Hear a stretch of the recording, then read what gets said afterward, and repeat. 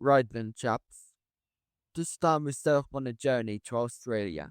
Australia is known for many things: massive desolate wastelands, the iconic Aussie accent, and the rather hostile ecosystem of terrifying beasties actively plotting your demise.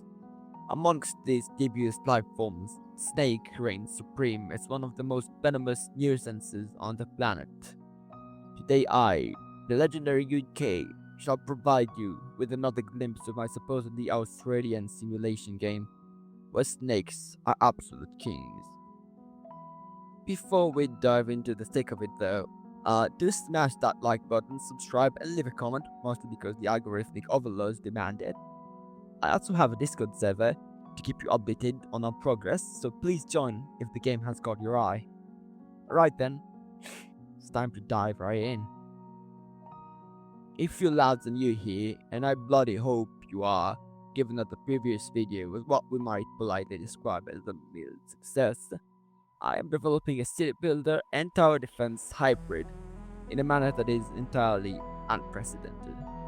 In my last video, I discussed how this engine can simulate tens of thousands of entities interacting simultaneously without completely melting your CPU. Since then though, things have grown rather substantially, and we should cover them.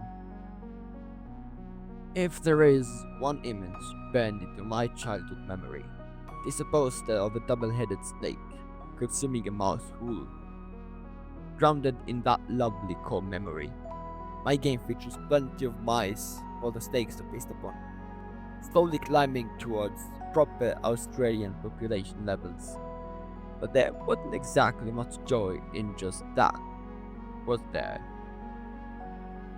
This here, where our cousins across the pond enter the fray. Yes, the notorious American bald eagle. Magnificent, aggressively patriotic, and, according to Google, quite partial to a bit of snake fatigue. I have personally never witnessed an eagle snacking on a serpent, but assuming the internet did not lie to me, I added them to the game, and thus the tower defense mechanics have seen the light of day, with eagles arriving to terrorize the lovely snake populace. If you happen to be of the Australian persuasion, you might think, blimey, that's nice, might finally wake up to a morning without a taipan in my backyard. But oh, how mistaken you are. At the snake's place, you shall find a complete bag of mice. Extinction of a species carries severe ecological consequences the human mind cannot fully comprehend even upon years of study. It is for that exact reason, sir, that the snakes must be defended at all costs. How does one kill an eagle? Let's see.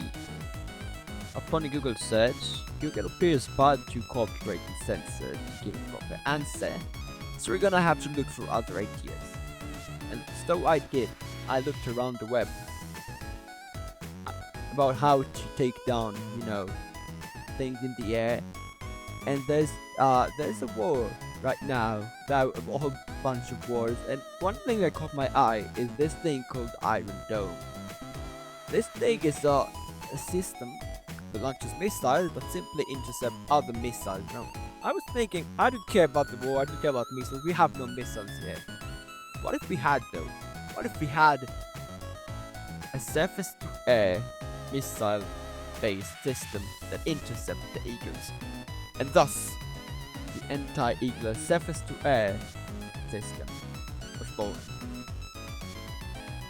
Now, fellows, behold, a massive ecosystem simulation of an active war between the titans of nature, fully realized and mostly optimized for the time being. Explaining the underlying code shall bore the average viewer to tears, so if you are genuinely curious and possess a high tolerance for excessive pain, take a deep breath and have a gander at CPU cache optimization methods. Don't say I didn't warn you though.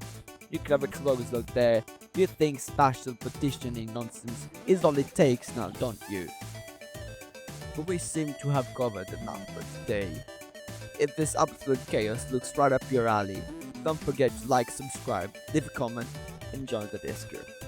Till next time, chaps, stay well away from Australia.